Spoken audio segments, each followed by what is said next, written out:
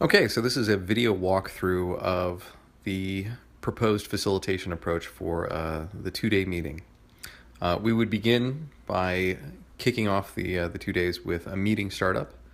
That would include an overview of the agenda, reviewing the roles of the people that are in the room, and going over any ground rules, adding any that individuals would need to pull into the space in order to have the kinds of conversations that they need to have, and reviewing any outcomes that individuals would want to add to what we've already pulled together. The next thing that we would do would be to quickly do some introductions. This is mostly to help me so that I know who the people are that are in the room. And usually when we do introductions, it's please tell me your name, your role in the organization, what your expectations are, which we would capture up here in the outcomes. And one interesting thing about yourself that nobody in the room already knows. It's kind of a fun icebreaker.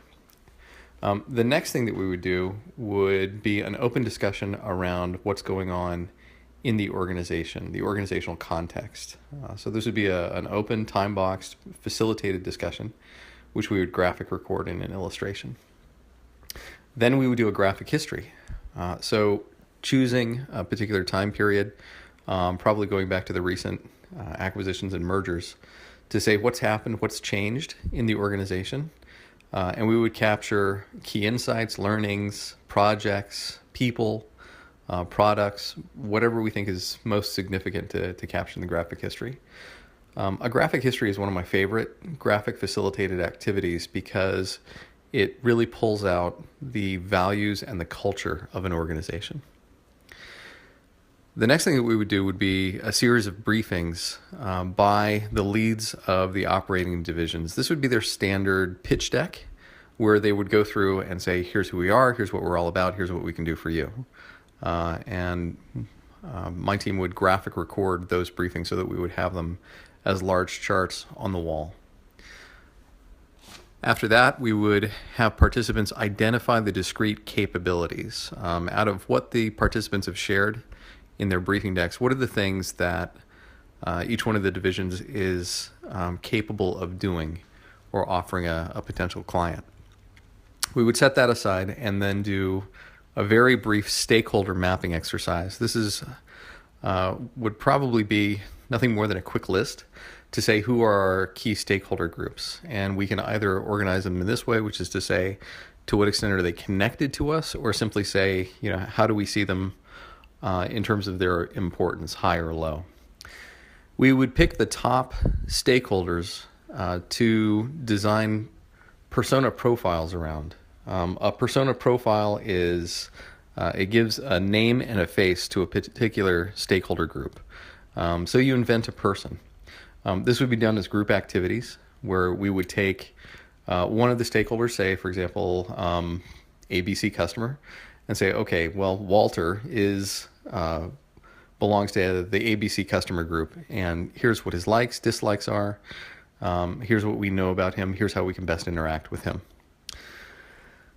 Then we would choose 1, 2, maybe 3 persona profiles and lay out a couple of journey maps against the capabilities that we had already identified. A journey map describes the customer experience as they have it working with our products and services. So it flows from left to right. I have 3 examples here. We'll probably get 2, 3, maybe 4, depending on the time that we allow to it.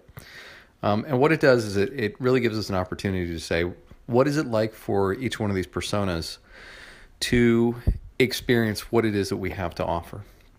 One of the outputs of that is a value stream, which is to say the way that our capabilities might be linked together from A to B to C to D in order to do something, in order to provide some value for a persona profile.